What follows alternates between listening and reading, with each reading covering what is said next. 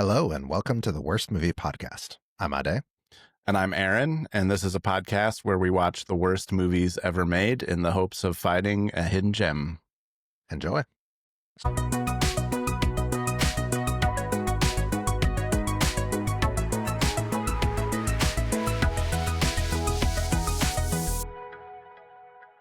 have you been watching anything interesting lately?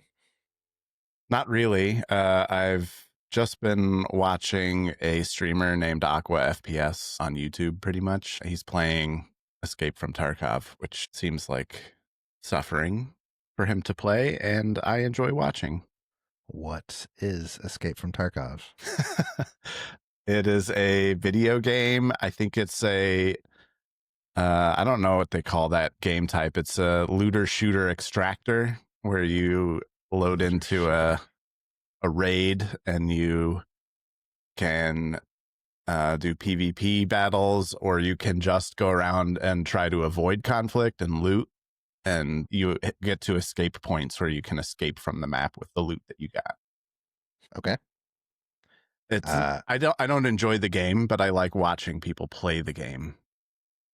That seems if you don't enjoy the game, what I don't know, I sound like an old guy. You are a boomer. Well, why would anyone want to watch somebody play a game? I mean, I understand enough to I sometimes watch people play games, but they're games that I enjoy. Why do you enjoy watching somebody play a game that you hate? Because he's funny when he plays the game. Okay. I'm there for his banter, not the gameplay. All right. So it's kind of like a podcast. If I were there for the gameplay, he would probably not be the one I'd watch either, because he's not the most skilled player. It's like the worst video game podcast, I guess, where you're watching bad games and people play them poorly. Yeah. I mean, he's probably better than your average player at that, but that's because he has like 5,000 hours in the game. Whereas his peers that also have that many hours in the game are probably better at the game than he is by now. Yeah. Can you imagine us getting to 5,000 hours of bad movies? I hope not. At least it's spread out a little bit. Yeah, that's true. I've been watching Pluribus. Have you watched it at all? The new Vince Gilligan show? No. Are you a Breaking Bad fan? I am. I didn't know he was. Yeah, I didn't know he had a new show. Well, it's also on Apple TV, so I think you'll just have to get Apple TV. It stars Leah Seahorn. I think that's how you say her name. Who played Kim Wexler in Better Call Saul. Yeah, she's really good. She was the best part of it, I think. I think she was incredible. It's a very different type of show than Breaking Bad and Better Call Saul. It's kind of rom-com. Sci-fi, post-apocalyptic-ish. Ooh. But it's not very sci-fi. Yeah, I don't know. I'm enjoying it so far. I'm only 4 or 5 episodes in. It's a little slow so far. I think that's kind of the norm. Think Better Call Saul was also quite slow at the beginning. Like the first season was slow of that. Yeah, I mean, I feel like it took a couple seasons to really fall in love with Better Call Saul, so maybe the same for this show. And how many seasons are there out right now? I mean, I'm up to date. I think it's in its first season. It just premiered last month, I think. And it's doing weekly episodes. So check it out. Are you a fan of the weekly episodes, or do you prefer the full dump all at once? Is that the preferred? Is that the correct? I wasn't. You're just trying to trick me into saying I like the full dump. We got that soundbite. I think it's hard to go back to the weekly. I feel like I've been spoiled by the full. I was going to say the full release. That's not any better, is it? Jeez, what do I call it? I think Naughty November has changed you. Yeah, my mom can't listen to any of these episodes anymore. I don't recognize the man you've become. Yeah, I prefer binge watching, or at least having the option to and the flexibility to. Maybe I'll watch it weekly, but at least it's there for when I want to. I think sometimes it's nice to be paced out. Like there are times where I'm watching something and I'm like, oh, I'd watch the next episode and It's like 1 a.m. I'm like, no, this is a bad idea. And weekly saves me for myself a little bit, but Do yeah. you think that if you found yourself around a water cooler still, you would prefer the weekly release schedule? Yeah, probably. I do think sometimes the weekly release allows me to absorb it a little bit better, and I'll read about it, or I might talk to some people about it, or listen to a podcast about it, and probably absorb it a lot better than I would if I binge watched. I feel like there's some shows that I binge watched and loved, but then you ask me about them like 6 months later, I'm like, what happened? Yeah. Like, or even better, like the second season comes out, and I'm like, I don't remember anything about this. Yeah. So, Man, do you remember how great the water cooler discussions were when Lost was still on the air? oh, it was amazing. That was the whole experience. Like, I Yeah. remember just being so excited to go to work the next day to talk to people about what happened on Lost, and then spending time on the internet, like reading Yeah. theories and stuff, and spending like a whole week deciphering like what did the hatch say and like all the symbols and Yeah. shit. Like, I mean, Yeah. God, I that was so good. that was so much fun. Even Game of Thrones, like I remember talking about that a lot at work and stuff like that. Yeah, those are some good experiences. We'll never have that again. Yeah, probably not. Game of Thrones really let us down. We're also fragmented too in what we're watching. Yeah. A billion different channels. Speaking of what we're watching, I don't. That was a bad transition, but let's talk about. Let's talk The about Deck worst the movie Halls. segues. Yeah, let's talk about Deck the Halls from 2006, part of our Horrible Holidays month.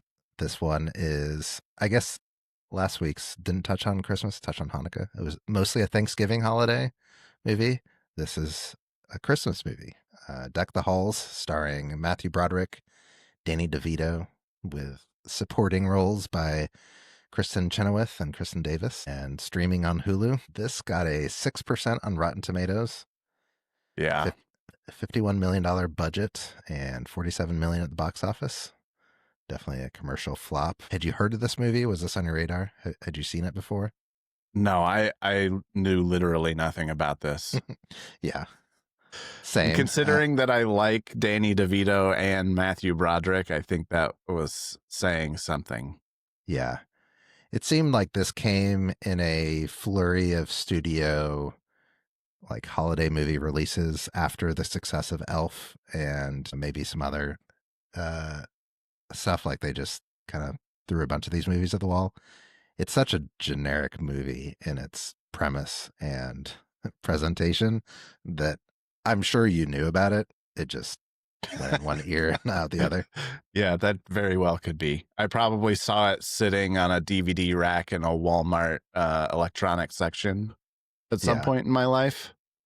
Yeah. I mean, the cover even is like it, it says nothing about the movie, really. Like watching the movie, you're like, okay, I understand how they came up with this cover, but it just doesn't. It's not the sort of thing that's like gonna appeal to you unless you're like, hey, it's my mission to watch a Christmas movie right now.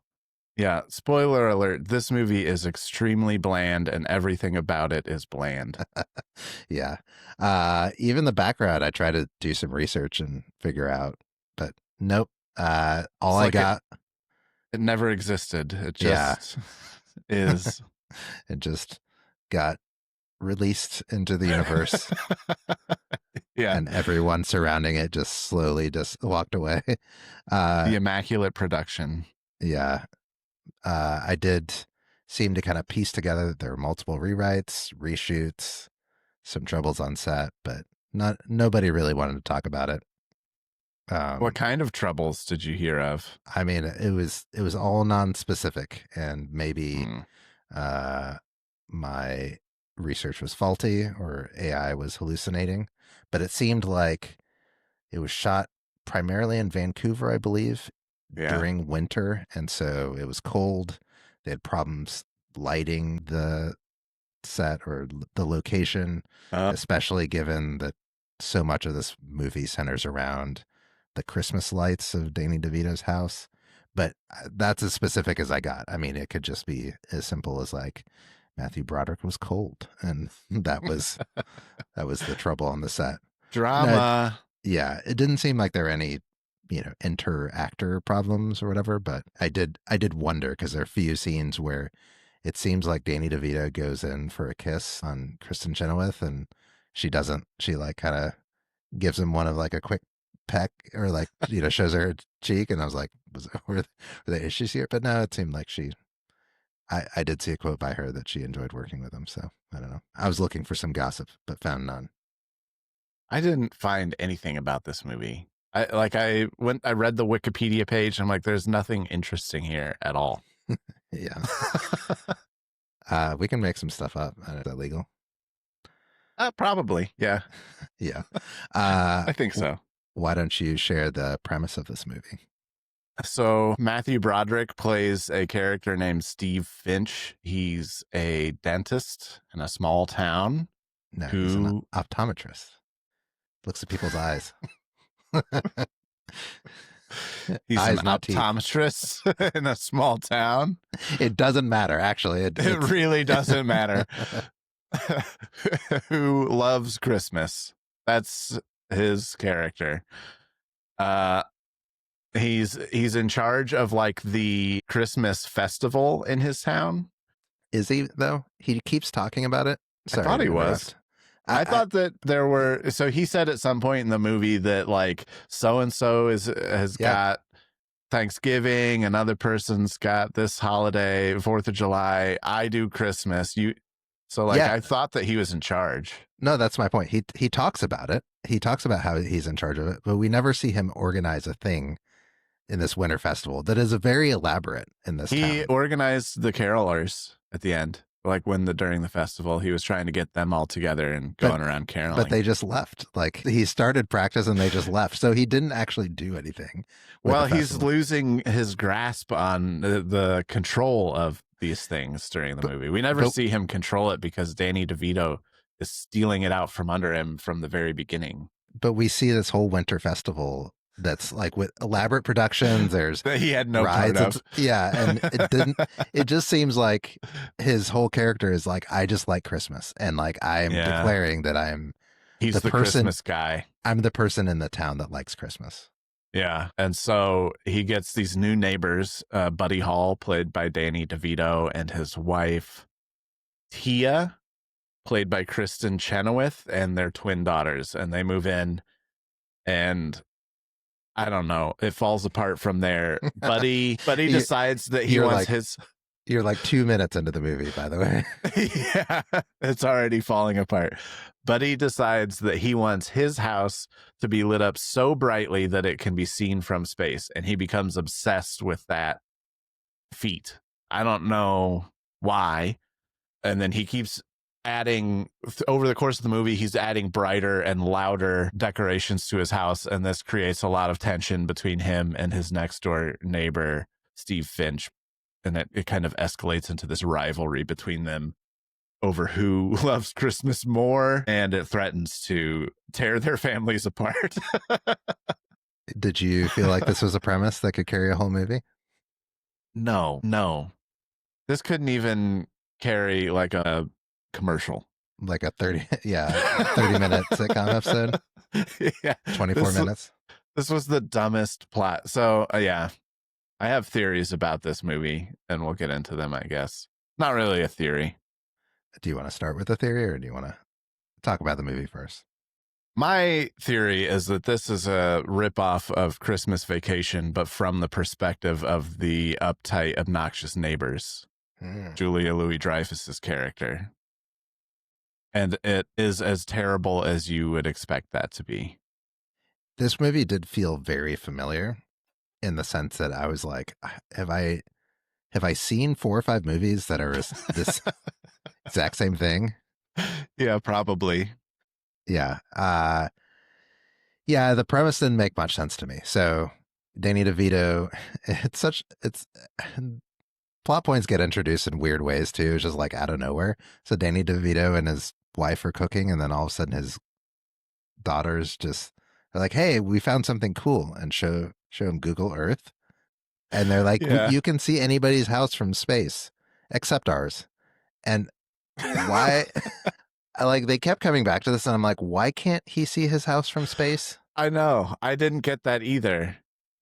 And then it turned to be this really specific thing of like light being seen from space, not like Yeah, not his house. not like a camera photograph from a satellite of his house. He wanted light to be seen from a satellite I coming mean, from his house. this is revisited over and over in the movie. There are scenes towards the end of this team of scientists who are constantly monitoring whether or not his house can be seen from space. And it's like, yeah, his Matthew Broderick's house, which is not bigger Lit than up. his. If it Yeah. is, it's not by much.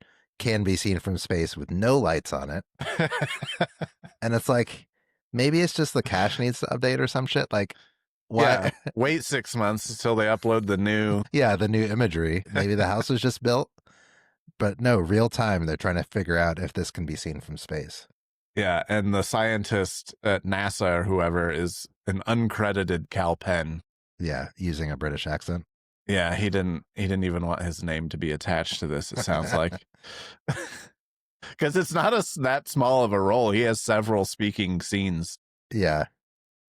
Updating us about whether his house can be seen from space or not. It was just so infuriating to me. I'm like, it's a glitch. You're just like not looking in the right place, or else like I don't know. Like it just didn't make any sense. But even more so, like, why does he care? He's miserable in his job, so he's constantly trying to do these schemes or other get rich quick schemes. Danny DeVito. Yeah, and like, yeah, he's this supposedly great salesman that could sell anything to anybody, but he self-sabotages because he gets bored.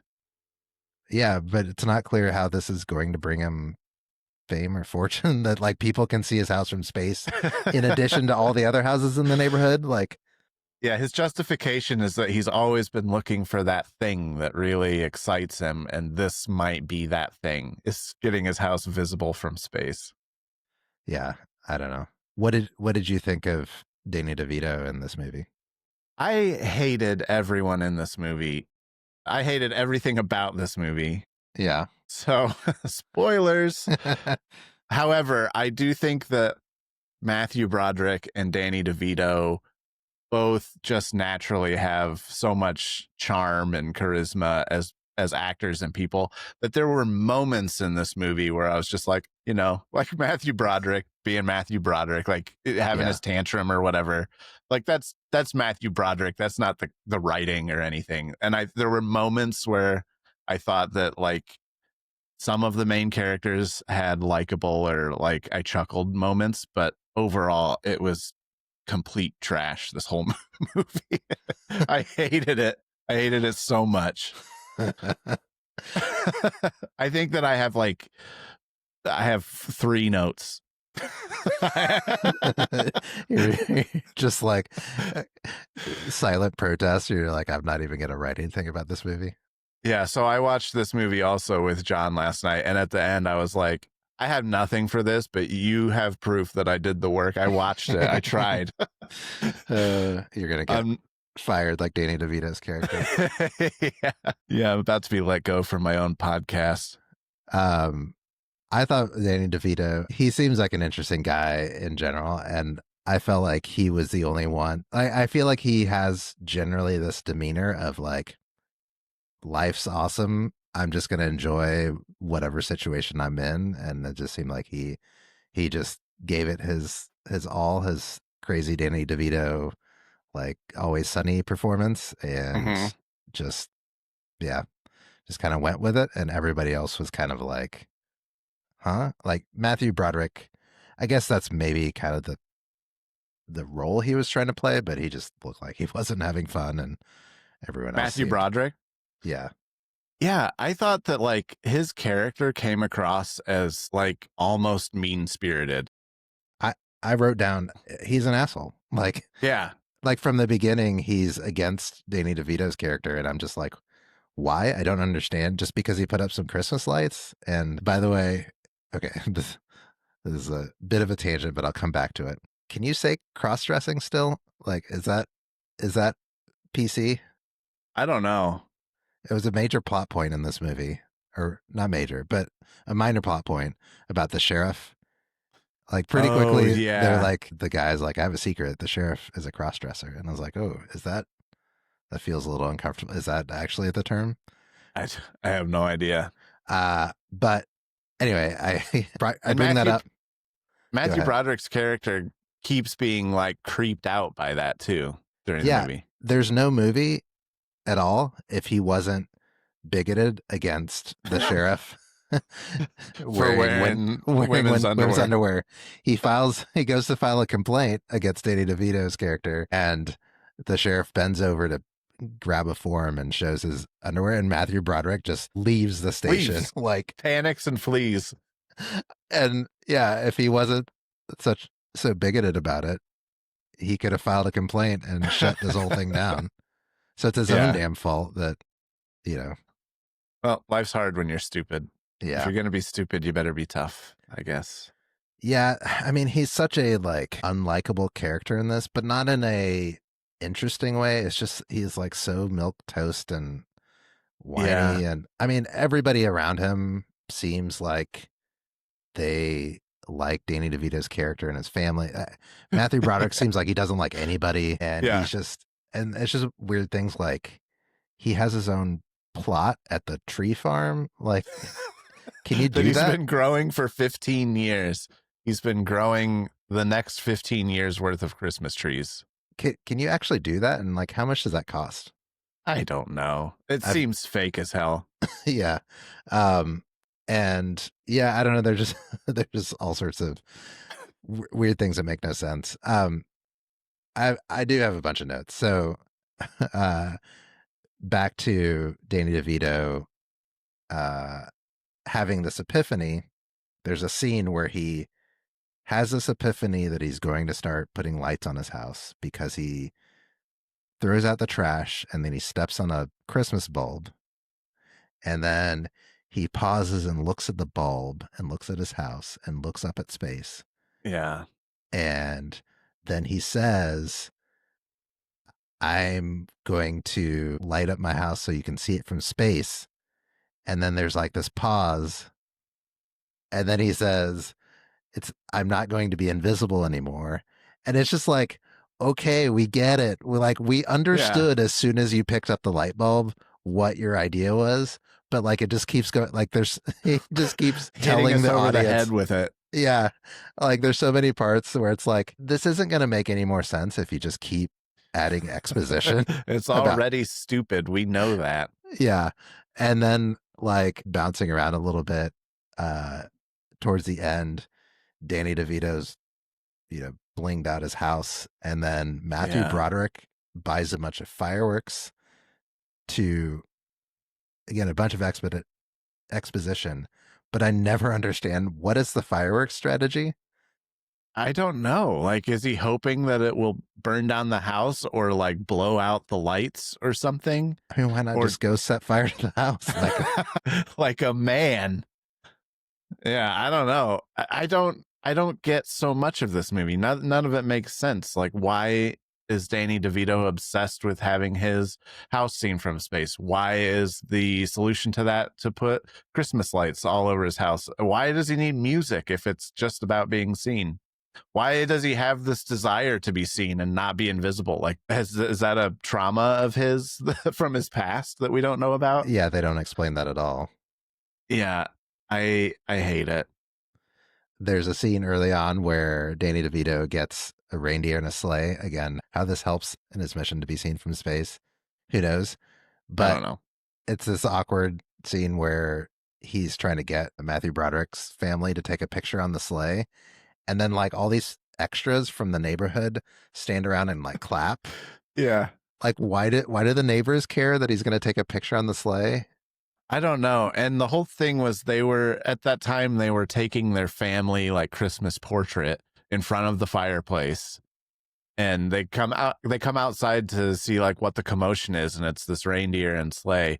And he's like, "Take your picture on the sleigh. It'll be fine." And everybody like kind of peer Yeah. pressures them into it. I'm like, okay, so take the picture on the sleigh and then go in and take the one by the fireplace that you wanted. Like, I don't understand the conflict. It's not a thing. Yeah. Yeah, you can take 2 pictures. There are a lot of extras in this too that I felt like just like I don't know, they clearly have to have something to do, but it's not clear how they understand what's happening in the story Yeah, and why they have a role in it. Anyway. And it's then so because after these two characters are the main characters in the universe, and so everything revolves around them. yeah. I hated the sleigh scene where the runaway sleigh scene. I mean, Yeah, you could see it coming a mile away. Like yeah. the horse is going to panic, and then at some point, Matthew Broderick's going to fly in the sleigh, and some kid's going to be like, "That's Santa." Like you just knew that was going to happen before it happened. And then they have the kid's dad like stare. He had like a weird reaction shot to his kid saying that seemed to mirror my emotions of like what is What's happening. happening? Yeah. Yeah. But did you happen to like pay close attention to the stuntman in that? Like the stuntman No. had a mustache and Matthew Broderick was clean shaven. They like he looked nothing They like didn't Matthew even Broderick. try. He was like a 6 foot, like chiseled stuntman. That And makes then perfect sense for this movie, though. really, really bad CGI. It was like the worst. Yeah. The only part in the movie that I laughed at was after the sleigh scene where it falls through the pond and he gets soaked and he wakes up I did think to that was funny. being naked in a sleeping bag that's also zipped into Danny DeVito's sleeping bag, and they're both in there naked, and he was like, what is happening? He's like, why am I naked? And then he explains, you had hypothermia. And then he looks over, why are you naked? Yeah, and didn't he say something like, I've done this a dozen times or something? Yeah. Like, Like tries to calm him down. Yeah, that was the only part of the movie that I laughed at. Yeah, I mean, yeah, waking up naked next to a naked Danny DeVito, I think is probably stuff of nightmares. That's delightful for Oh, yeah, that's a good dream for you. Yeah. I mean, yeah, I guess it depends. To each their own. I'm not gonna yuck your yum. I thought it was a little funny. I mean, to be clear, I didn't laugh out loud maybe at all during this movie, but there's a scene where Matthew Broderick is trying to back up his car, and this guy's like, "Hold my beer, let me back it up." Yeah, I think Clearly he literally drunk. says, "Hold my beer." Yeah. Would you trust that guy with your car? No, I don't know why you trusted him to guide him. Yeah, yeah. I mean, I did think that was a little bit funny and how bad the car like got beaten up. Completely ripped the doors off both sides. Yeah. And then which was obvious that's what was going to happen from the moment you saw the gag. Like, yeah, and it took way too long to get the payoff. Yeah, so many gags were just telegraphed ahead of time. Like, this is what's going to happen. So yeah, I mean, one of the things that didn't really make sense is Danny DeVito gives Matthew Broderick a new car, which turns out to be a farce. And why did Matthew Broderick think? I mean, your neighbor gives you a brand new car. Yeah, I don't think there's any situation where I'm going to be like, this seems on the up and up. Yeah. And then he finds out that it's all a farce, that Danny DeVito forged his signature and he's going to have to pay for the car. And he agrees to this on the context of they speed race each other on ice skates, and whoever wins. And like, if Broderick wins, he doesn't have to buy the car. And if DeVito wins, he does have. Like, what? Why would you agree to that? Just it seems call the like police. This is fraud. Yeah, I mean, it doesn't seem like you could buy a car that way, like to fake somebody's signature, and like, also you have to pay for it by Wednesday, by the end of by noon the next day. Yeah, I mean, and especially working at the dealership, like I mean, by the way, he says something later about he'll get his job back. Like, no, you just, in what world? You committed like probably the worst fraud possible. Yeah. uh, yeah, I don't know. It's just yeah, you can't buy cars that way. And also, we're supposed to believe that Danny DeVito is somehow an accomplished ice speed skater. No, it was Matthew Broderick that was. I know, but he got beaten by Danny DeVito. Well, yeah. I mean, I did have a note. Danny DeVito should have won that race because everybody cheated in that race. Like, Yeah. the mayor, I mean, I don't know. He was tripping people. Yeah. Matthew Broderick supposedly is like, he agreed to this bet because he was a championship speed skater, but he spends half the race going in the wrong direction. He and went I'm the like, wrong direction. You can't just do that in a race. The other people like slingshotted each other to get going faster. Yeah, so I think Danny DeVito should have won by default. He did win, didn't he? Like he did, but I'm just saying, despite everyone cheating, I mean, it was such a cheesy nobody scene. could hold up to Danny DeVito's speed on ice skates. I mean, this was like such a stupid scene. By the way, so Danny DeVito gets fired because he gets called into the office and his manager's like, your numbers are way down. How long has Danny DeVito worked there? He started December 3rd or 4th. I don't know. Like, we see the advent calendar throughout the movie. He's worked there maximum 3 weeks. Like, I don't think it's even Christmas yet. He's worked there maybe 2 weeks. Like, and he's already sold a car to the owner of the dealership. Like he's demonstrated that he could sell anything to anybody. Yeah. I mean, I guess your numbers are down, meaning like they're down from last week, but yeah. Would you get fired if you didn't sell a car to the owner today, so your numbers are down? Yeah. Just so much stuff doesn't make sense. Yeah. Also, who cuts down a Christmas tree with an axe? I don't know. Like, it's an old timey Christmas thing. I don't know. It's tradition.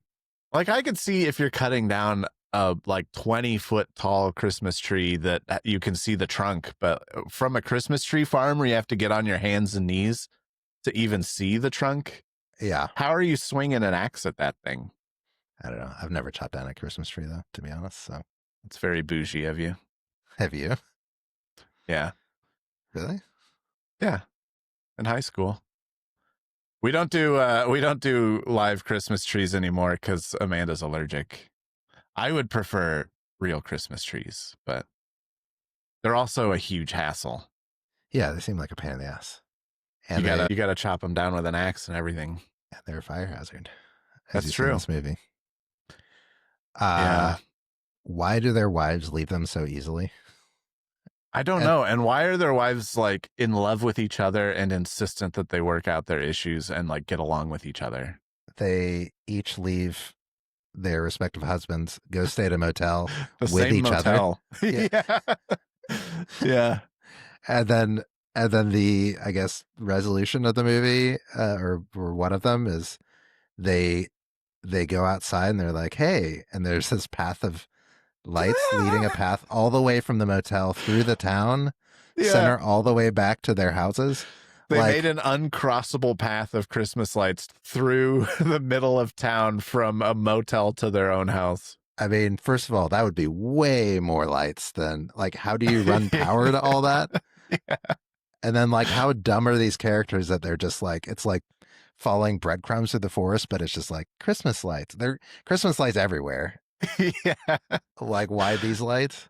It would have taken them a month to set up this this light show from one side of town to the other. It was so stupid. Matthew Broderick wins over his wife because he made food from her cookbook. Yeah. This whole feast, I mean, I don't know, spent all day on that at least. And then Danny DeVito wins back his wife because he maxed out their credit cards. I guess. Buy back this family heirloom from the pawn shop. I mean, that's what he says. He says he maxed out their credit cards. So is that the moral of the story? I think that's grounds for divorce. I think legally. Yeah. I mean, it seems like the moral of his redemption is maximize our debt. And then the moral of the story for Matthew Broderick's family is like, don't plan Christmas activities. Just go with the flow. Yeah. I hated this movie. I wrote several points in my notes that I hate this movie. Yeah. In all caps. You want to talk about the Who's Your Daddy scene? Oh my God. I almost shut it off. I almost shut the movie off at this point. I mean, it made no sense for the characters, and also it was just No. gross. So Alia Shawkat plays Matthew Broderick's daughter. Yeah. And there's a pair of twins. I don't remember their names, but they play Danny DeVito's daughters, and they're all supposed to be like 15 or 16. How old were the twins in real life, you think? I have no idea. I mean, Could look it up. Yeah, we could. I bet they were like 25. But They anyway, seemed older. Yeah. They seemed older than Alia Shawkat's too at the time, to me anyway. I didn't think they seemed age appropriate. But yeah, they decide they're going to get together with each other, the three of them, to do some sort of performance at the Christmas festival. And what the performance is like the raunchiest, like Christmas burlesque show about who's your daddy. Yeah. And they have their backs turned to the crowd for it's the most inappropriate show for like for a town's festival. Yeah. And they have their backs turned in these little skirts, and they're singing "Who's Your Daddy?" and Danny DeVito and Matthew Broderick are in the crowd, like catcalling their own daughters. They don't realize that it's their daughters, and they're the only ones acting this way too. It's like, yeah, nobody else was. the town optometrist is just like out of nowhere in the middle of the day. Your daddy. Yeah, and then they turn around and they realize it's their daughters, to everyone's horror, mine especially. The twins were 22, by the way. Yeah, how old was Alia Shawkat in this? You didn't do all the work required. She was 5 years younger, 17. Yeah, she seemed age appropriate for her character. They didn't. They were. Yeah, they were fully women. Can we cut that? I feel uncomfortable. I mean, they were 20-something years old, dancing with a minor. It was such a like what's the word I'm looking for? Like the scene just came out of nowhere, and like it was just like they're like, hey, we have this one joke. Let's set up 5 minutes of the movie to tell this one joke, and the joke didn't fall in line with anything else in the rest of the movie. It was just dumb. And it was super creepy. Yeah. Fred Armisen is wasted in this movie. Like, for such a good comedic actor, he just played this German guy who likes to exercise and had like 3 or 4 lines. I'm like, why are you like, when I first saw him, I'm like, hopefully there's a payoff, but no. Jorge Garcia is also in this movie. Hurley from Lost, also wasted. This was like a peak Lost popularity. Yeah, 2006. Yeah. Also like peak Alia Shawkat with Arrested Development. Yeah, this was after, I think, Arrested Development season 3 just ended? Was in 2006. This is right before Danny DeVito got on Always Sunny. Yeah. So what happened? Why did they all agree to this? Yeah, I don't know. Some other notes I wrote down. That's not how power works. He steals his power. He keeps pulling extension cords. And then he was like, I'm going to give it back to you. I don't know. Yeah, next month you can sap off my power. I don't know. The whole movie is so stupid. Also, I wrote down flip phone lights weren't that bright. Yeah, you could see them from space. I don't know. We don't even need to explain context there. That was just dumb. Get the kids therapy, not Christmas. It starts out where the son is depressed and like is having a midlife crisis, and he's 10, but they don't really come back to it. He just seems fine by the end. I don't know. Yeah, John said that he kind of liked that a little at the beginning, that he thought it seemed like this, morbid teenager like Wednesday Addams or something, but it wasn't as charming or funny or interesting. It just kind of was sad. Yeah, I mean, it was. The whole movie just felt like sad and angry. Yeah. Especially Matthew Broderick's family. Yeah. Like, to me, if Danny DeVito and his family with their crazy lights and like, they seemed kind of fun. Like, they were still fucked up, but they were interesting. Like, I want to see that movie. Give me the movie in their house and not the crotchety old neighbor next door that like hates his life and hates his family and everything else. Like if this is the parallel of Christmas Vacation, I just want to watch Christmas Vacation. Yeah, everybody liked Danny DeVito's character and Danny DeVito's family except Matthew Broderick. The whole town embraced him and they were like, "You're in charge of Christmas now." Yeah. And Matthew Broderick was like, could not accept it. Even Matthew Broderick's family liked Danny's family better. They insisted that he get along with Danny DeVito so that they could all be a family again. Yeah. I don't know what this movie was trying to say. I don't either. It was like it was supposed to be like he was a Scrooge and had his redemption at the end, but I didn't feel like it was ever that. It seems like it was written by somebody that hates Christmas light people. Like, I don't even know if that's like a term, but like, what do you think of Christmas light people? I think it's fine. Like, I don't do it myself, but I like when other people put the effort in. Yeah, I think it's awesome. I mean, I think it's festive. Yeah, and I appreciate somebody who'd put that much energy into like creating this spectacle. I mean, if it was like shining right in my eyes at night, maybe I would say something, but I would also just wear a sleep mask and, Yeah, like the issue is he's playing like really loud music all night, every night. And it's like, well, that's a clear violation of the law. Just call the cops. Yeah, I'm sure there are no noise ordinances that you could just be like, don't blast music at 4 a.m. But other than that, like, that's fine. Yeah. I hated this movie. Yeah. I did not like it. I did not hate it as much as you did, I don't think. But what did you like about it? Was there anything that you did like? No, I didn't like this movie. I'm just saying it didn't. I was mostly bored, and maybe I enjoyed enough of like, maybe I had some of like seeing Danny DeVito's energy and joy come through that like kind of seeped into me. It didn't make me laugh or enjoy the story or anything like that, but I mean, to compare it against our last movie, I was just mad at Jack and Jill. Like, I was offended and I was just like, these jokes are so dumb. It was just even like, I don't know. I don't know. I guess I don't think there were jokes in this movie. Like, that's what I was starting to say. Like, I don't know where there were jokes, but I mean, they clearly tried to make some jokes, but they tried, but I don't know what we were supposed to laugh at. I didn't laugh or chuckle really a single time other than the sleeping bag scene. And I was like, I don't know what the jokes are. I think they were also trying to make it like really kind of sweet and sentimental and like the kind of the cheesy Hallmark, like, oh, it's really about just enjoying Christmas with family, not doing all the Christmas rituals. And I was just like, I didn't feel any emotion around that. John did say that it seemed like a Hallmark movie. Yeah, it really did, but not. It was bad. I don't even think Hallmark movies are this bad. This released in theaters too. This wasn't straight to DVD or anything. And I mean, big budget. It was $50 million budget.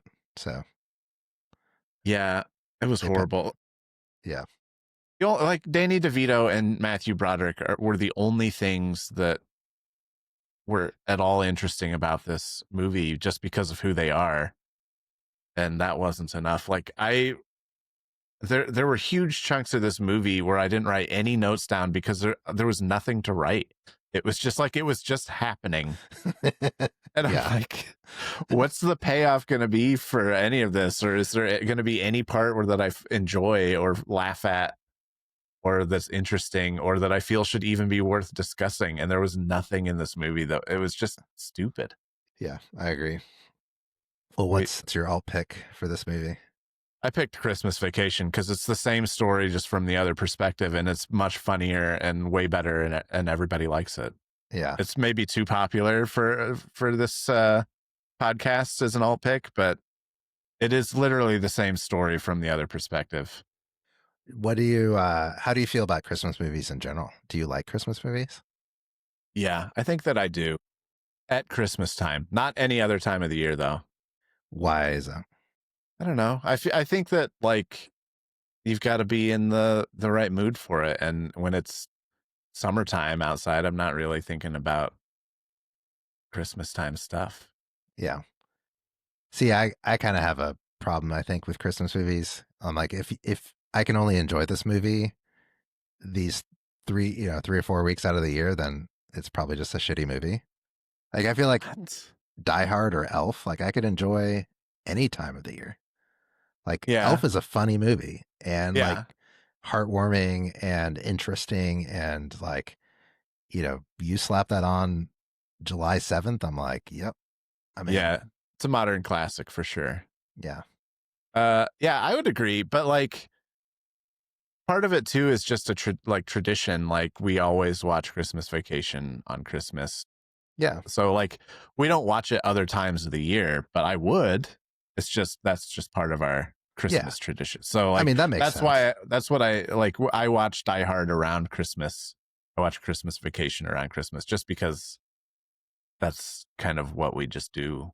It's Yeah, that makes tradition. sense. So I like, mean, I would watch them other times of year, but I generally save them for Christmas time. yeah, like I mostly watch horror movies in the month of October. Same. I certainly watch horror movies other months out of the year, but maybe not as many. So Yeah. I could see it that way. But yeah, I don't. If there's a movie that I can only enjoy Christmas, then I think Christmas is a good excuse to slap on, Home Alone or some of the classics like that. It's a Wonderful Life. I've never seen that, by the way. What? You've never seen It's a Wonderful Life? That's No. probably the best Christmas movie ever made. Is it better than Elf? I mean, Elf is probably the best one made since, in the modern era. So it's 1, 2 is It's a Wonderful Life, and then Elf for you? I mean, I haven't sat down to make a definitive ranking, but yeah, I'll set the gauntlet right now. It's Wonderful Life number 1, Elf number 2, Die Hard number 3. But it's black and white. Those aren't, you can't. Nobody watches black and white movies. I mean, you've already called me pretentious enough times on this. Fine, I'll just own it. Black and white movie number 1 on my list. Yeah. I'll do a little bit more homework before our next episode and find a definitive ranking. I did watch Arsenic and Old Lace for Halloween. Did we talk about this on the podcast? We did not. It's a black and white. It's an old Cary Grant movie. I've not seen that. It's really good. That's a horror movie? No, it takes place on Halloween though, and there's some like weirdness to it. It's a old Frank Capra movie. Yeah. Cool beans. Well, anything else you want to say about Deck the Halls? No, I never want to think about this stupid movie ever again. What do you think about the title? Do you appreciate the title? The pun. No. Danny DeVito is Hall. Buddy Hall. So Deck the Halls is like, you're gonna deck the whole family. You're gonna deck all the halls. I have a quote written down here. The twin girls were reading a book, and their mom said, "What are you girls reading?" And they said, "Emily Dickinson. Madison gave it to us. It's really good." And the other one said, "Yeah, and it's not giving me a headache or anything." And then they said, "Maybe I should go to law school or something." because you read an Emily Dickinson book. Were they reading it together? And it didn't even give them a headache. Yeah. I guess so. I think they were both sitting on the bed reading the same book. I was trying to make a joke about, I guess, the dumb blonde stereotype or something. I don't know. I guess so. Yeah. Well, it just felt mean-spirited, the whole movie. I hated it. That's a good note to end on. Thanks for sharing what you really think about this movie. You're welcome. If you have a definitive best Christmas movie list, send it to the worstmoviepodcast@gmail.com. Subscribe to us on Apple or Spotify. If you enjoyed this episode, and tune in, we've got some more Christmas movies coming up. I'm Ade. I'm Aaron. Thanks for listening to the Worst Movie Podcast.